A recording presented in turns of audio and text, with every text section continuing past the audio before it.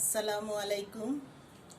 সুপ্রিয় শিক্ষার্থীরা, তোমাদের সবাইকে Postarpar city corporation boys high school আয়োজিত অনলাইন ক্লাসে স্বাগত। আশা করি তোমরা সবাই বাসার মধ্যে ভালো আছো এবং স্কুলের দেওয়া এই নতুন রুটিনটা তোমরা ফলো করছো। আজকে আমি নবম ও দশম শ্রেণীর হিসাব বিজ্ঞানের একটি চ্যাপ্টার নিয়ে আলোচনা করব। নবম ও দশম শ্রেণীর শিক্ষার্থীদের বলছি, তোমরা বই খাতা নিয়ে বসো এবং দ্বিতীয় অধ্যায়টা খুলো। আমাদের দ্বিতীয় অধ্যায় হচ্ছে লেনদেন। সবাই খাতা নাও, খাতার মধ্যে আমি যা লিখতেছি বলতেছি ভালো করে খেয়াল করো। লেনদেন, এই লেনদেনটা মানুষ সুপ্রাচীনকাল থেকে দৈনন্দিন জীবনে কিন্তু হিসাব ব্যবস্থার প্রয়োজনীয়তা অনুভব করে আসছে এবং আদিকাল থেকে প্রত্যেকে তার প্রাত্যহিক জীবনে প্রয়োজন অনুসারে মেটানোর জন্য নিজেদের মধ্যে কিছু পণ্য বিনিময় করত। এই পণ্য বিনিময়টাও হচ্ছে কিন্তু এক রকমের লেনদেন।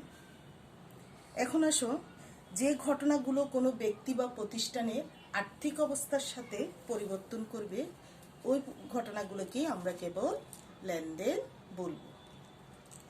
এখন লেনদেন কি সে সম্পর্কে আমরা আগে একটু ধারণা দিই তোমাদেরকে। লেনদেন কি?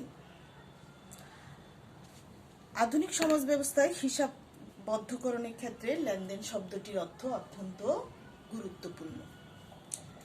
লেনদেন কি দেখো,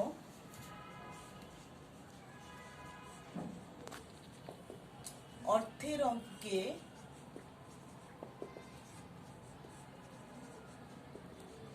পরিমাপযোগ্য ঘটনা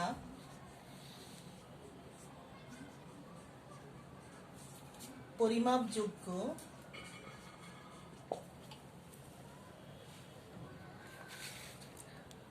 অর্থের অঙ্কে পরিমাপযোগ্য ঘটনা যা ব্যবসায়ীর আর্থিক অবস্থার পরিবর্তন করে। যা কি ব্যবসায়ীর আর্থিক অবস্থার পরিবর্তন করে। আর্থিক অবস্থার পরিবর্তন করে সেই সমস্ত ঘটনাকে লেনদেন হিসেবে, সেই সমস্ত ঘটনাকে লেনদেন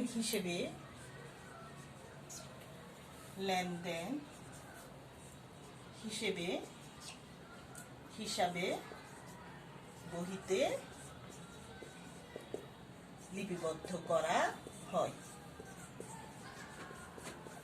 তাহলে শিক্ষার্থীরা, আমরা লেনদেন বলতে কি বুঝি? লেনদেন হচ্ছে অর্থের অঙ্কে পরিমাপযোগ্য একটি ঘটনা যা ব্যবসায়ীর আর্থিক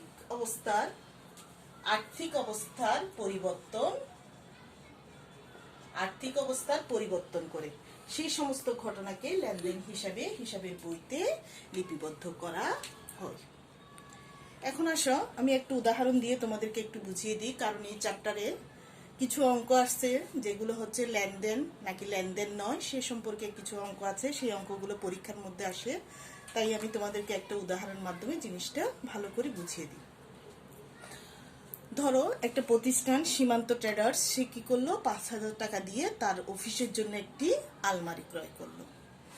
এখানে কিন্তু এই যে আলমারি যে ক্রয় করলো সেটার সাথে কি অর্থতা সম্পৃক্ত। আবার তার প্রতিষ্ঠানের একজন কর্মচারী কি করলো, অফিসে আসার সময় কি হলো, আহত হলো। এখানের সাথে কিন্তু কোনো অর্থের সংশ্লিষ্ট নেই, অর্থাৎ অর্থের সাথে সেটা পরিমাপ করা যায় না। আমি প্রথমে বলছিলাম লেনদেন হবে কোনগুলো, যেগুলো আর্থিক অবস্থার পরিবর্তন করে অর্থের অঙ্কে পরিমাপযোগ্য, সেগুলাই হবে শুধুমাত্র লেনদেন। তাই এই ক্ষেত্রে সীমান্ত ট্রেডার্স যেটা কিনলো, ব্যবসার জন্য যে আলমারিটা কিনলো, সেটা হচ্ছে লেনদেন, আর তার কর্মচারী যে আহত হলো সেটা হচ্ছে লেনদেন নয়। এখন আসো, আমরা লেনদেন শব্দটির আবিধানিক অর্থ কি জেনে নিই। লেনদেন শব্দটির আবিধানিক অর্থ হলো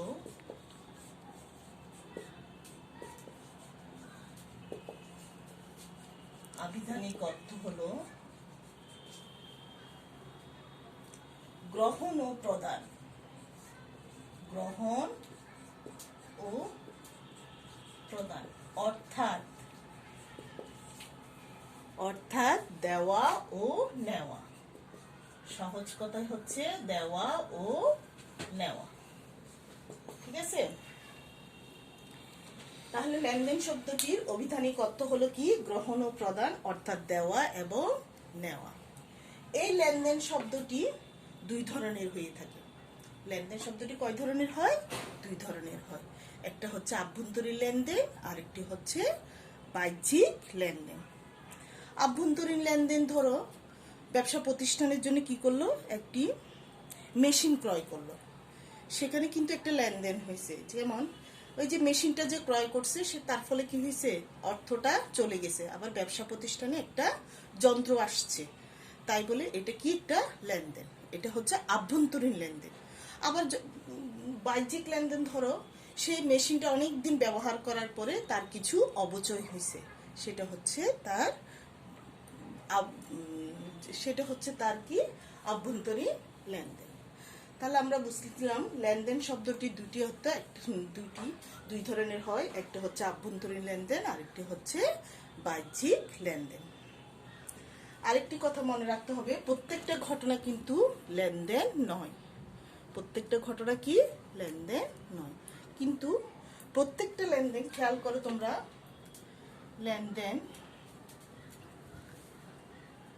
প্রত্যেক লেনদেন ঘটনা। প্রত্যেক লেনদেন কি? প্রত্যেক লেনদেন ঘটনা। প্রত্যেকটা লেনদেন কি? এক একটা ঘটনা। কিন্তু প্রত্যেক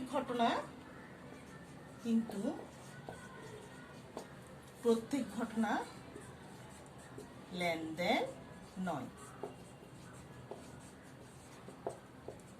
জিনিসটা বুঝছো তোমরা? প্রত্যেকটা লেনদেন ঘটনা হবে, লেনদেন মানে একটা যে কোনো একটা ঘটনা হবে, কিন্তু সেই ঘটনায় যে লেনদেন হবে এমন কোনো কথা নাই। কারণ লেনদেন হতে হলে সেটা অবশ্যই অর্থের সাথে সম্পৃক্ত হতে হবে, অর্থের অঙ্কে পরিমাপযোগ্য হতে হবে এবং আর্থিক অবস্থার সেটা পরিবর্তন করতে হবে। তাই বলা হয় প্রত্যেক লেনদেন ঘটনা, কিন্তু প্রত্যেক ঘটনা লেনদেন নয়। শিক্ষার্থীরা, আসো এখন আমরা লেনদেনের প্রকৃতি বা বৈশিষ্ট্যগুলো নিয়ে একটু আলোচনা করব।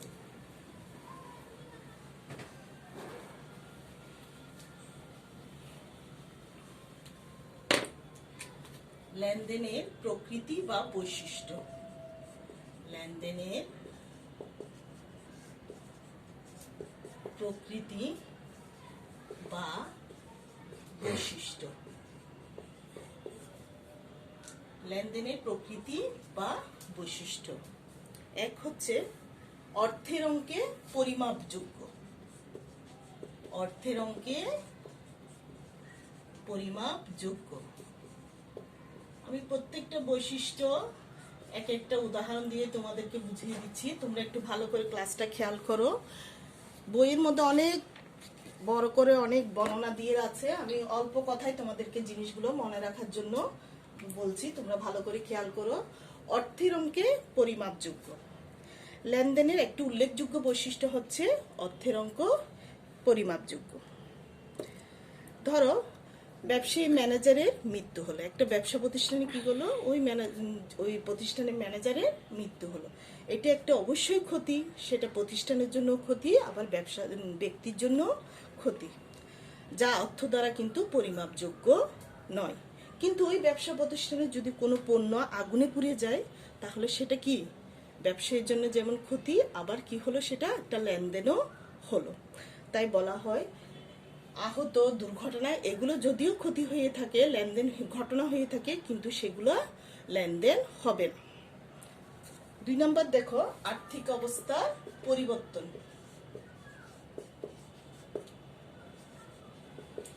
আর্থিক অবস্থার পরিবর্তন।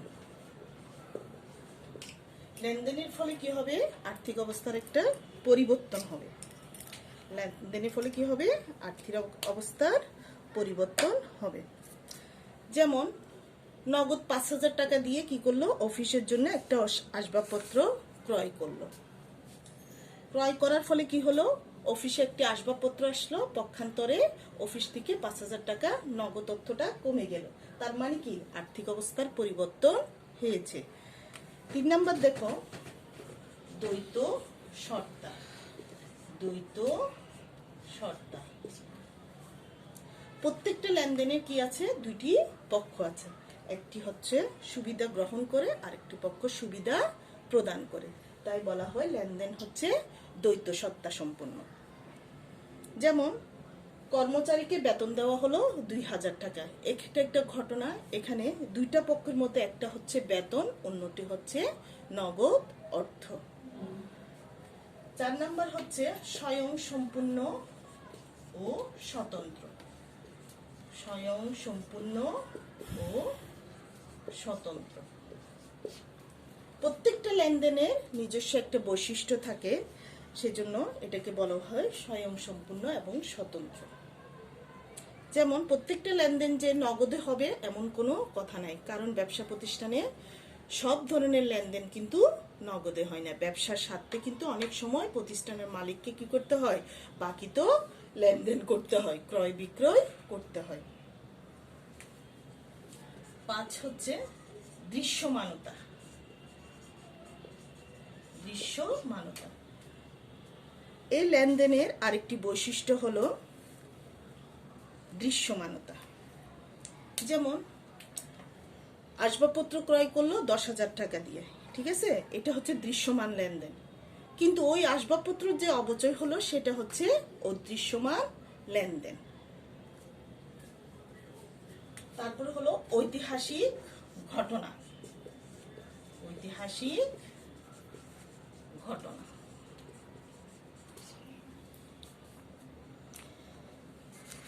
যে সকল আর্থিক ঘটনা পূর্বে ঘটে থাকে তাকে বলা হয় ঐতিহাসিক ঘটনা। তাহলে কি? যে সকল ঘটনা অতীতে ঘটে থাকে, পূর্বে ঘটে থাকে, তাকে বলা হয় ঐতিহাসিক ঘটনা। এই ঐতিহাসিক ঘটনাকেও কিন্তু লেনদেন বলে। তারপর হলো হিসাব সমীকরণের প্রভাব বিস্তার। হিসাব সমীকরণের